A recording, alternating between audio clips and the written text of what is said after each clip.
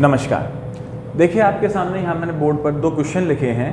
पहला क्वेश्चन है the cowards can never be the soldiers, और दूसरा क्वेश्चन है the cowards were allowed not to talk to the soldiers. ठीक है, अब या तो ये हो सकता है कि दोनों क्वेश्चन सही हैं, या हो सकता है कि दोनों क्वेश्चन गलत हैं, या हो सकता है कि दोनों में से कोई एक सही है और कोई एक गलत है।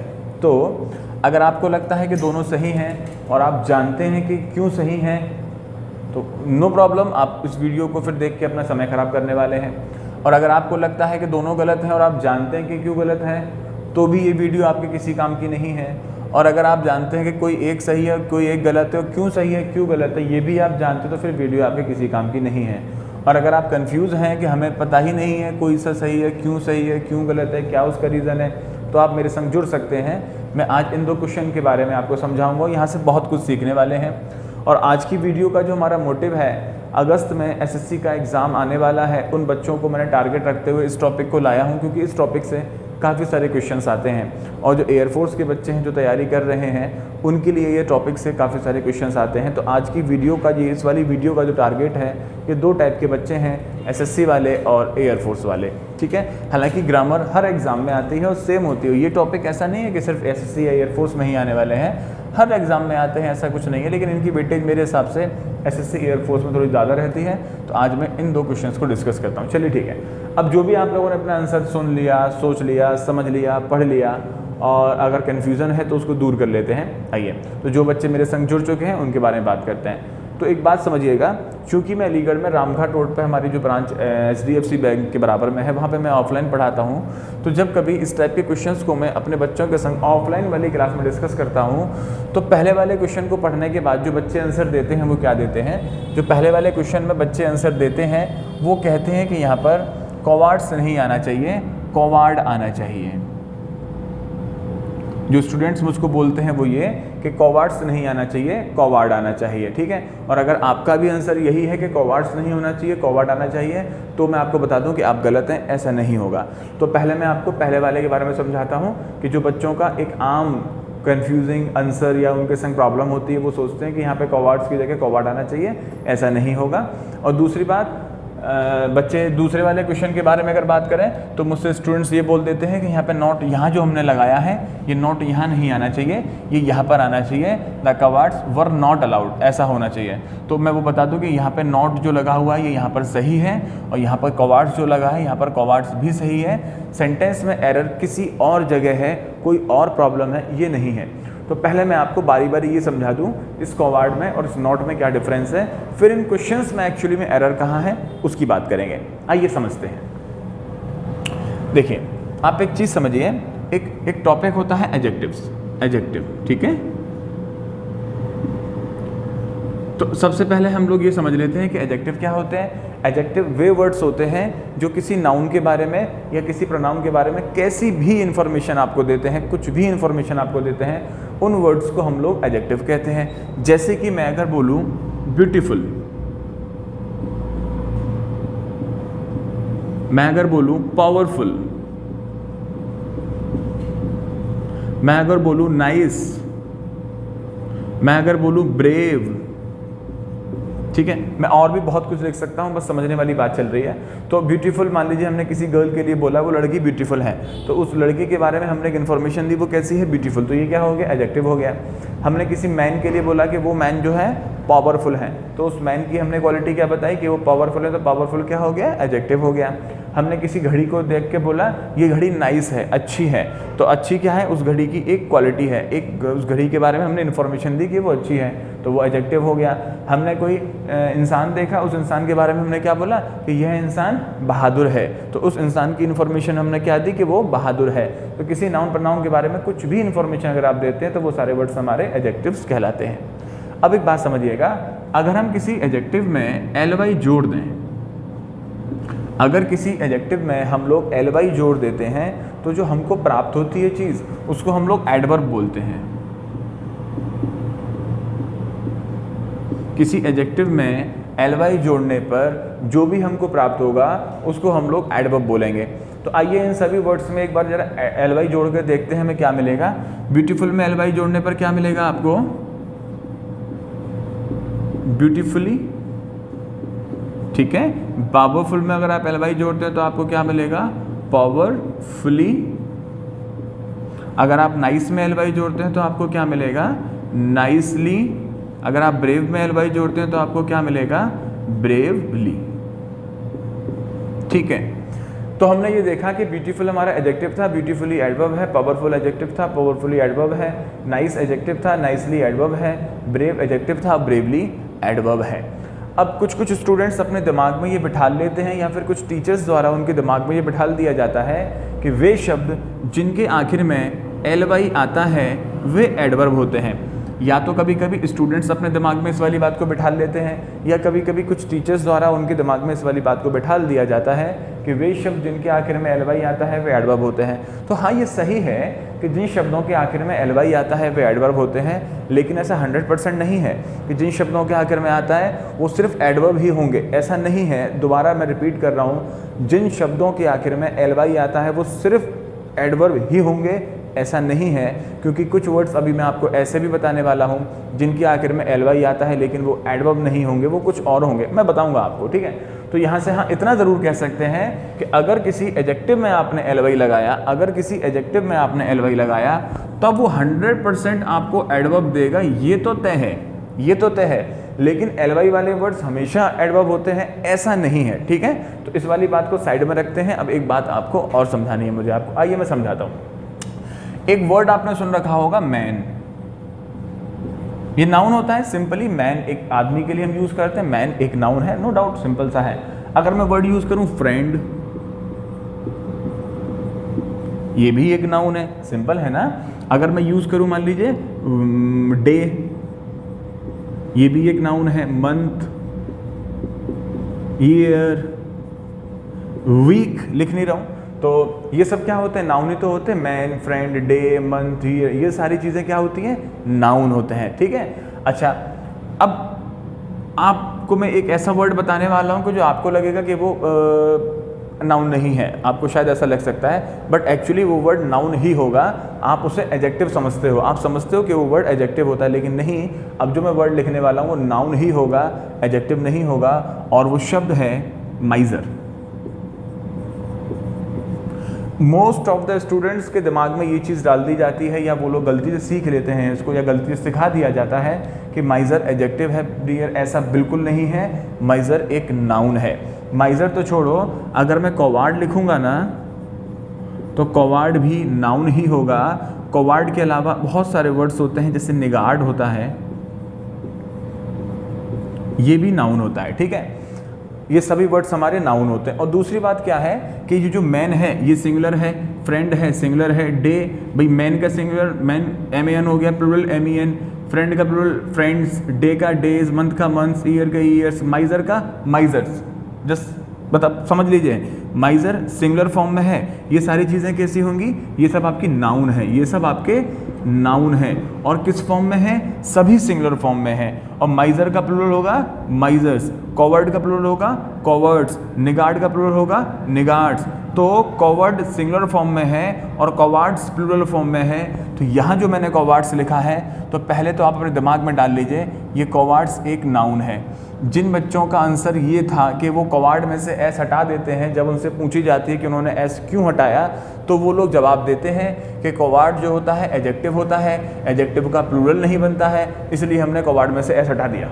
वो ये कहते हैं कि कॉवार्ड एक एडजेक्टिव होता है, इसका प्लूरल नहीं बनता है, इसलिए हमने इसमें से एस हटा दिया। तो ऐसा बिल्कुल नहीं है। कॉवार्ड एक नाउन होता है, सिंगुलर होता है, इसका प्लूरल कॉवार्ड्स होगा, ये बिल्कुल सही है, ठीक है। इसमें कोई प्रॉब्लम नहीं है। प्रॉब्लम कहाँ होगी वो तो मैं आपको डिस्कस करूंगा। तो सबसे पहले अगर आप लोगों का आंसर ये था कि कॉवार्ड में से एस हटाएंगे और इसलिए हटाएंगे क्योंकि एडजेक्टिव का प्लूरल नहीं बनता, तो वो आप गलत होने वाले हैं, उसको सुधार लीजिए। आइए यहाँ पे बात करते हैं। तो मैंने आपको क्या बताया कि सारी चीज़ें नाउन होती हैं। अब एक चीज़ समझिएगा, अभी मैंने क्या बोला था कि अगर एडजेक्टिव में एल जोड़ेंगे तो क्या मिलेगा, एडवर्ब मिलेगा। अब दूसरी बात समझिएगा, अगर किसी नाउन में आप एल जोड़ेंगे ना तब आपको एडजेक्टिव मिलेगा। जैसे कि मैन में अगर आप एल जोड़ेंगे तो आपको क्या मिलेगा, मैनली, ठीक है। फ्रेंड में एल जोड़ेंगे तो फ्रेंडली, बहुत सुना होगा आपने, friendly person, friendly behaviour. Day का डेली। मंथ का मंथली, ईयर का ईयरली, माइजर का माइजरली, कॉवार्ड का कॉवार्डली, निगार्ड का निगार्डली। माइजर और निगार्ड ये एक दूसरे के सिनोनिम होते हैं, दोनों का मतलब सेम होता है। माइजर माने भी कंजूस इंसान होता है और निगार्ड माने भी कंजूस व्यक्ति होता है, और ये सारी चीज़ें क्या बन गई, एडजेक्टिव। अभी मैंने आपको क्या बताया था, एलवाई वाली चीज़ें क्या होती हैं, एडवर्ब होती हैं। वहाँ बोला था मैंने आपको कि सारी एलवाई वाली चीज़ें एडवर्ब होंगी, ऐसा नहीं है, क्योंकि एलवाई वाली चीज़ें एडवर्ब सिर्फ वो होंगी जो एडजेक्टिव से बनेंगी, और जो नाउन में एलवाई लगाकर बनती हैं वो चीज़ें क्या होती हैं, वो खुद एडजेक्टिव होते हैं। तो इसके माने जिन वर्ड्स के आखिर में एलवाई आता है वो हमारे एडवर्ब भी होते हैं, और जिन वर्ड्स के आखिर में एलवाई आता है वो हमारे एडजेक्टिव भी होते हैं। आप देख सकते हैं मैनली, फ्रेंडली, डेली, इन सभी में क्या आ रहा है, एलवाई। तो ये हमारे एडजेक्टिव हैं, एडवर्ब नहीं है। ये हमारे एडजेक्टिव हैं, एडवर्ब नहीं है।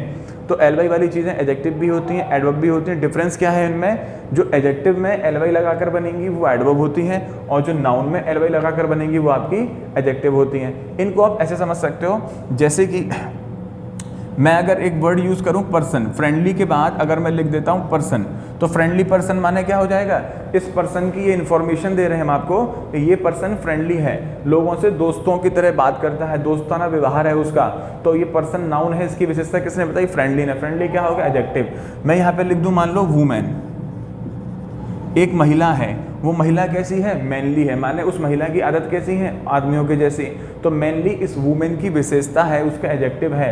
अगर मैं ये डेली, मंथली, वीकली, इन सब के बाद लिख दूं सैलरी, तो सैलरी क्या है, नाउन। अगर मैं डेली सैलरी लिखता हूं तो सैलरी रोज की हो गई, मंथली मंथ की सैलरी, ईयरली ईयर की सैलरी। समझ रहे हैं ना आप लोग। अगर मैं यहाँ पे लिख देता हूँ, मान लीजिए पर्सन, एक सिंपल मैं दोबारा लिख देता हूँ पर्सन, तो पर्सन हमारा नाउन हो गया। इस पर्सन के लिए मैंने एक विशेषता आपको दी, माइजरली पर्सन। माइजरली मतलब कैसा पर्सन, जो कंजूस वह है। कॉवार्डली पर्सन, कैसा पर्सन, जो कायर है। निगार्डली पर्सन, कैसा पर्सन, जो कायर है। तो यहाँ से मैंने आपको समझाना जो चाहा वो ये, पहली बात कि मतलब एलवाई वाली चीज़ें हमेशा एडवर्ब नहीं होंगी, ये एडजेक्टिव भी होती हैं, ठीक है। और नाउन में एलवाई जोड़ेंगे तो आपको क्या मिलेगा, एडजेक्टिव मिलेगा। एडजेक्टिव में एलवाई जोड़ेंगे तो आपको एडवर्ब मिलेगा। तो जिन स्टूडेंट्स का आंसर ये था कि कॉवार्ड्स नहीं होना चाहिए, तो पहले तो आप इसको सही कर लीजिए कि ये कॉवार्ड्स यहाँ पर बिल्कुल सही है। एरर क्या होगा, I will let you know. तो ये यहाँ पर सही है, पहली बात। अब आगे जब इस क्वेश्चन नंबर 2 को डिस्कस किया जाता है, तो इस क्वेश्चन नंबर 2 में स्टूडेंट्स बोलते हैं कि सर ये जो आपने अलाउ के बाद मतलब नॉट लिखा है, ये अलाउ के बाद नॉट नहीं आना चाहिए, ये नॉट आपका अलाउ से पहले आना चाहिए, दे वर नॉट अलाउड, ऐसे कुछ होना चाहिए। तो मैं आपको इसके बारे में और समझा दूं, एक बार समझ लीजिए। अगर मैं एक सेंटेंस ये लिख देता हूं, you are not allowed here, ठीक है। तो इस सेंटेंस में इस नॉट को जो हम लगा रहे हैं वो कहाँ लगा रहे हैं, अलाउ से पहले लगा रहे हैं, ठीक है। और इसका इफेक्ट किस पर पड़ेगा, अलाउ पर पड़ेगा। और सेंटेंस का एक्चुअली मीनिंग भी वही है जो हम कहना चाह रहे हैं, you are not allowed here, तुम यहाँ पर अलाउ नहीं हो। तो मैं मना कर रहे हैं किस चीज़ के लिए, अलाउ होने के लिए। तुम यहाँ पर अलाउ ही नहीं हो, तो मैं यहाँ पर होना ही नहीं चाहिए था। You are not allowed here, you are not allowed here. तो नॉट की मतलब नियम ये है कि जब इस नॉट वर्ड को जिस वर्ड से पहले लगाते हैं ये उसके बारे में निगेशन दिखाता है। ये निगेटिव वर्ड है, निगेशन दिखाता है। और किसके लिए, जिस वर्ड से पहले लगा देंगे उसके लिए। यहाँ पर आप अलाउड से पहले अगर नॉट लगाते हैं तो ये नेगेटिविटी इस अलाउड के लिए, you are not allowed here, तुम यहाँ पे अलाउड नहीं हो। अब एक बात समझिएगा, अगर मैं किसी से कहूँ, दूसरी बात, you are not allowed to come here। अब मैंने सेंटेंस पे क्या किया, देखिए you are not allowed to come here. अब मैंने फिर दोबारा नॉट को कहाँ पे लगा दिया, अलाउ से पहले। और इसके बाद एक और वर्ब है, वो है क्या हमारी, टू कम, ठीक है। अब इस सेंटेंस को अगर मैं बोलता हूँ कि you are not allowed to come here, तुम अलाउड नहीं हो यहाँ पे आने के लिए, तो ये गलत है, मतलब जो मैं कह रहा हूँ। आप एक बार सोच के देखिएगा, हम किसी को बोलते हैं कि तुम्हें आदेशित नहीं कर रहे हैं यहाँ पे आने के लिए, या फिर क्या बोलते हैं, तुमको आदेश दिया जाता है कि यहाँ पर मत आना। आप लोग जब हिंदी में कभी सुनते होंगे तो क्या सुनते हैं हम लोग, क्या ऐसे सुनते हैं कि तुमको आदेशित नहीं कर रहे हैं हम लोग यहाँ पे आने के लिए, या फिर ऐसे कहते हैं कि तुमको आदेश दे रहे हैं हम लोग यहाँ पे मत आना, तुमको आदेश कर रहे हैं यहाँ पर मत आना। तो जो नेगेटिव है वो आने के लिए नेगेटिव है, आदेश देने के लिए नहीं है। आदेशित तो आप हैं, अलाउ तो आपको किया गया है, पर अलाउ किस चीज़ के लिए कर रहे हैं? ना आने के लिए। इस नॉट की पोजीशन यहाँ पर जो हमने लगाई है वो गलत है, ये यहीं पर आएगा। ठीक है, अगर मैं इसको ऐसे कर देता हूँ कि नॉट को यहाँ लगा देता हूँ तो मीनिंग गलत जाएगा। आप लोग बोलते भी हैं कि तुमको आदेश दे रहे हैं दोबारा मत आना, तो आदेश तो है, आपको अलाउ तो किया गया है पर आना नहीं है। ठीक वैसे ही यू आर अलाउड, तुम अलाउड तो हो, मना किस चीज़ के लिए है? नॉट टू कम हियर, तुम्हें आना नहीं है। ठीक है, तो अगर आप इस सेंटेंस को सिर्फ इतना लिखते हैं तो नॉट आपका यहीं पर आएगा। इस सेंटेंस को अगर आप आगे बढ़ा देते हैं तो नॉट का प्लेस यहाँ पे बजाय यहाँ आ जाएगा। तो अगर दूसरे वाले क्वेश्चन में आप लोग ये सोच रहे थे कि इस नॉट को यहाँ ना लगा के हम लोग यहाँ लगाएंगे, तो वो भी नहीं होगा, ये आपका यहाँ पर सही है। चलिए, अब तक तो हम लोग आए दाएं की बात कर रहे थे, इधर उधर की बात कर रहे थे, काम की बात पे तो अभी तक आए नहीं हम लोग। अब काम की बात तो ये है कि आखिर इन क्वेश्चंस में दिक्कत क्या है। अगर ये दिक्कत नहीं है जो आप सोच रहे थे, तो फिर आखिर दिक्कत कहाँ है इसमें? आइए अब उस प्रॉब्लम की बात करते हैं जो इस क्वेश्चन में है, समझते हैं। देखिएगा, मैंने यहाँ पर एक वर्ड लिखा नाउन। नाउन को हम लोग दो टाइप में डिवाइड करने वाले हैं, और नाउन में भी जो हम आज सीख रहे हैं, जो बात कर रहा हूँ मैं आपसे, वो बात कर रहा हूँ कॉमन नाउन की।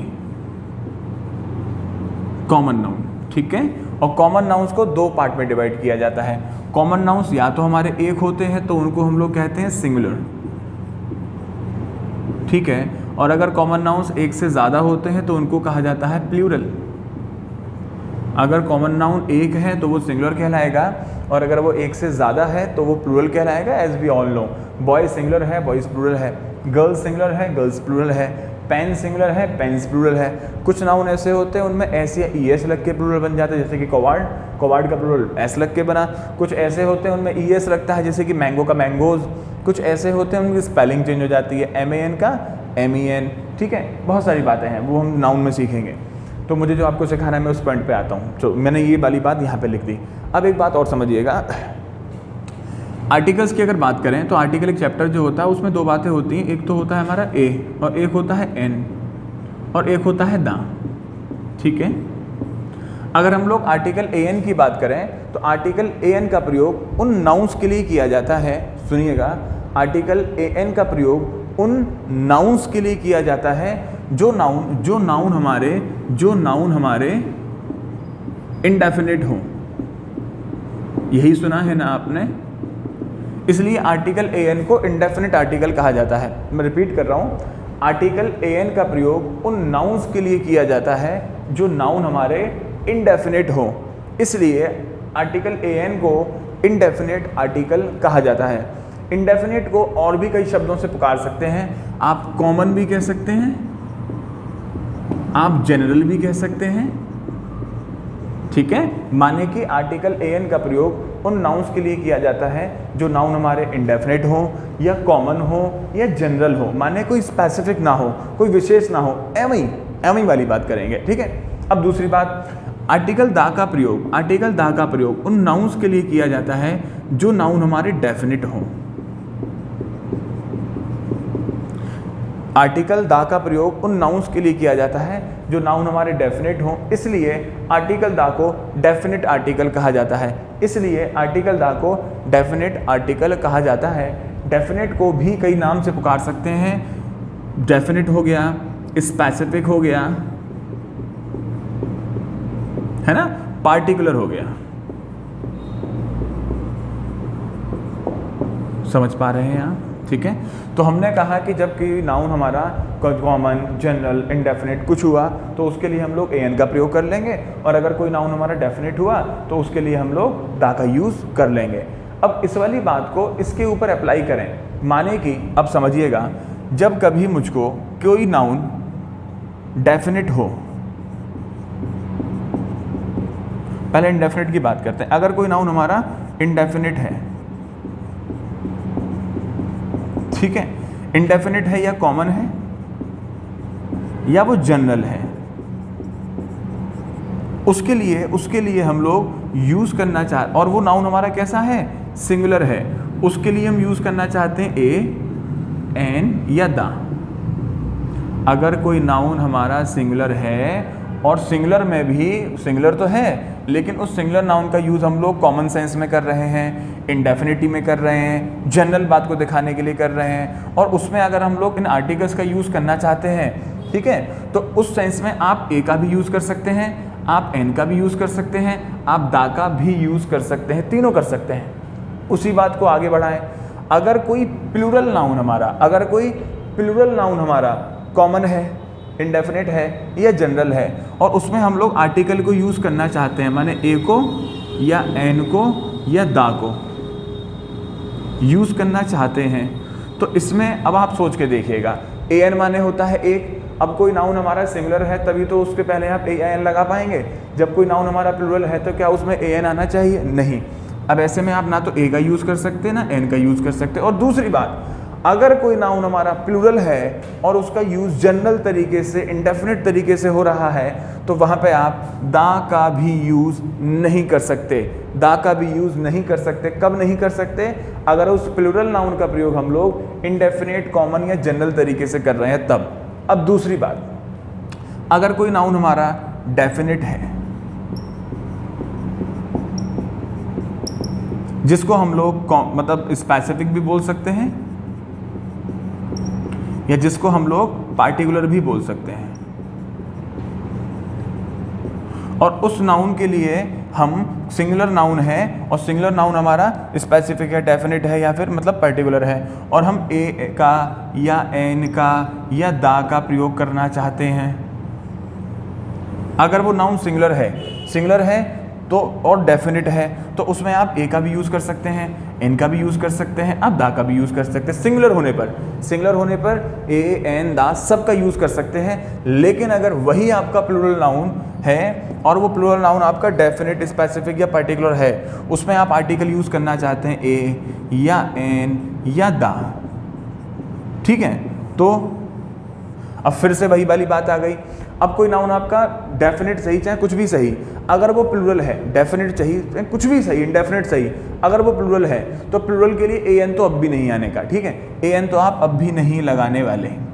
अब बात आती है दा की। तो जब कोई प्लूरल नाउन आपका डेफिनेट है, जब कोई प्लूरल नाउन डेफिनेट है तो दा तो आ सकता है ना, दा आ सकता है, दा में कोई दिक्कत आपको नहीं होगी।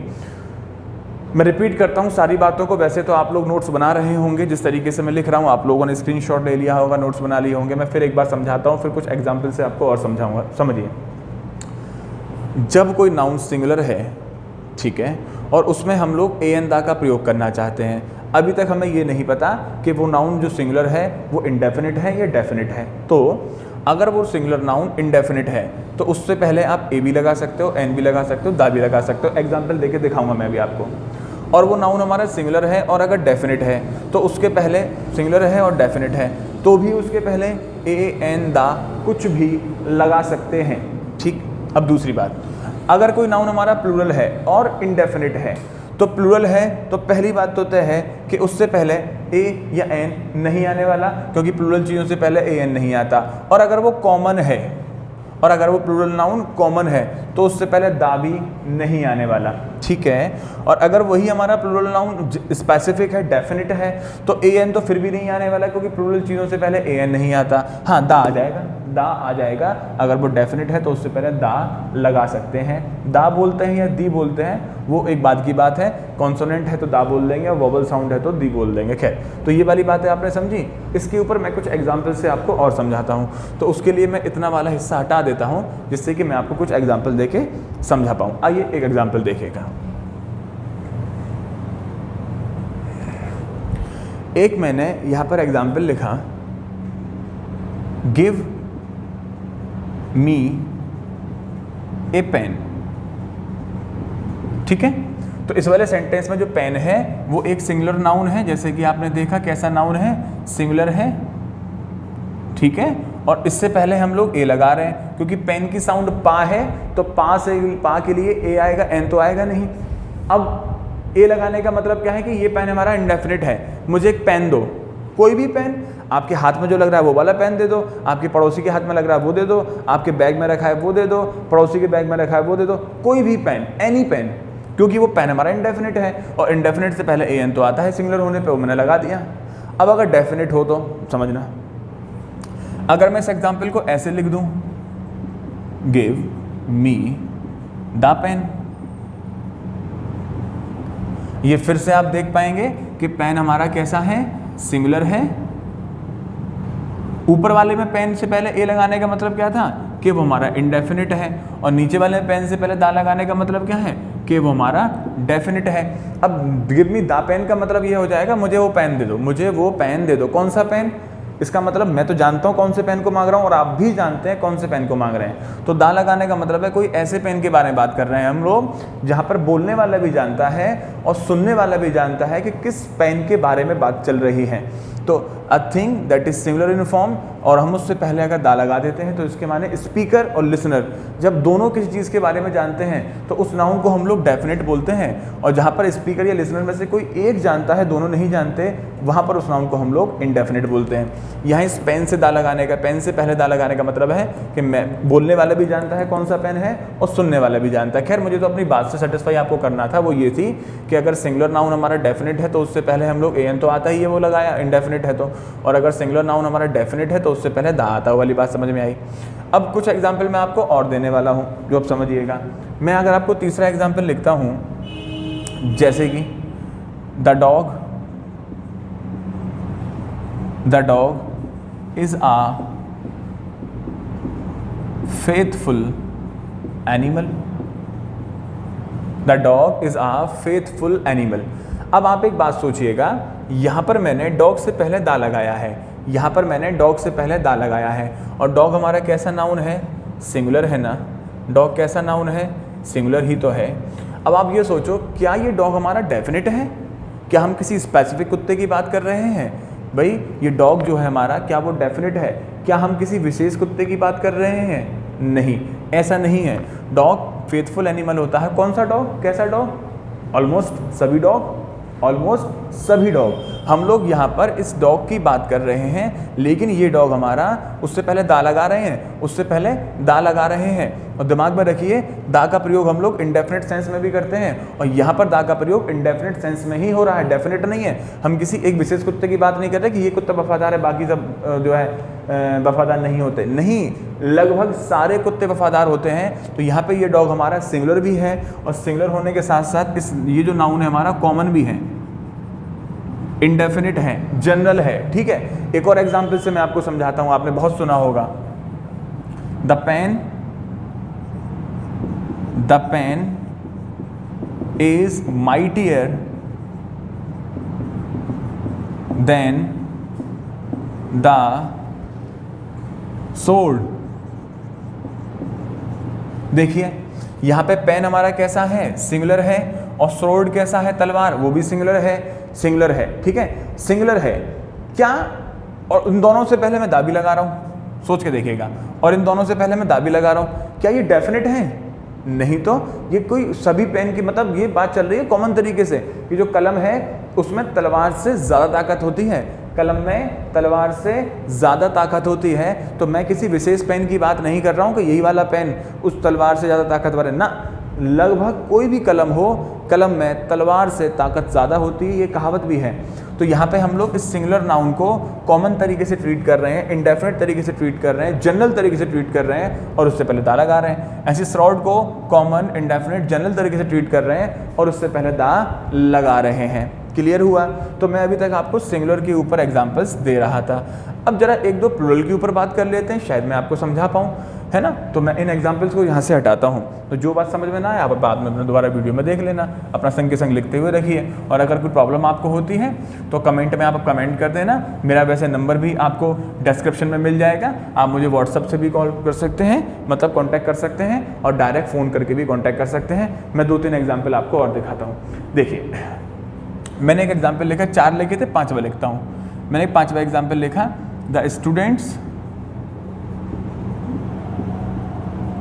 स्टूडेंट्स मस्ट रेस्पेक्ट देयर नहीं, द टीचर्स,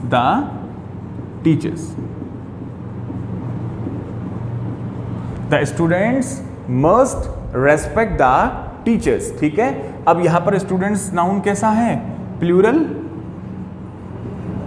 और टीचर्स नाउन कैसा है, प्लूरल, समझ पा रहे हैं। और मैंने क्या लगाया यहाँ पर, दा।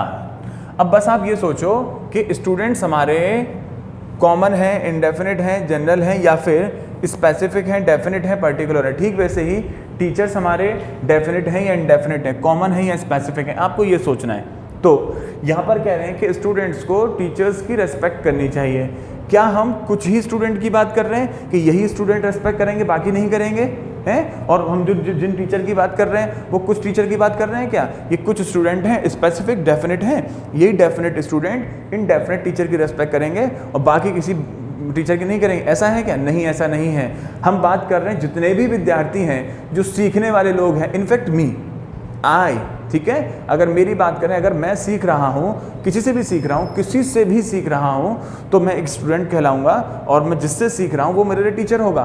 तो प्रत्येक विद्यार्थी को प्रत्येक टीचर की रेस्पेक्ट करनी चाहिए।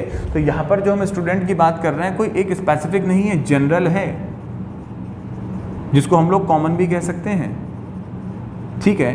तो जब किसी प्लूरल नाउन का प्रयोग कॉमन तरीके से, यहाँ पे प्लूरल ही तो लिखा था, जब किसी प्लूरल नाउन का प्रयोग कॉमन तरीके से हो, देखिएगा, जब किसी प्लूरल नाउन का प्रयोग कॉमन तरीके से हो तो उससे पहले ना तो ए आता, ना एन आता, ना दा आता। यहाँ से दा हटाना पड़ेगा कि डायरेक्ट कहिएगा। और यहाँ पे टीचर्स भी क्या है, कॉमन है, जनरल ही तो है। और जब कभी किसी प्लूरल नाउन का प्रयोग जनरल तरीके से हो तो उससे पहले दा नहीं आता। डायरेक्ट बोलिएगा, students must respect the teachers. दा भी हटेगा तो क्या बोलेंगे, students must respect teachers, students must respect teachers, सीधे ऐसे बोलेंगे। और अगर एग्जाम्पल मैं दूसरा ले लूं,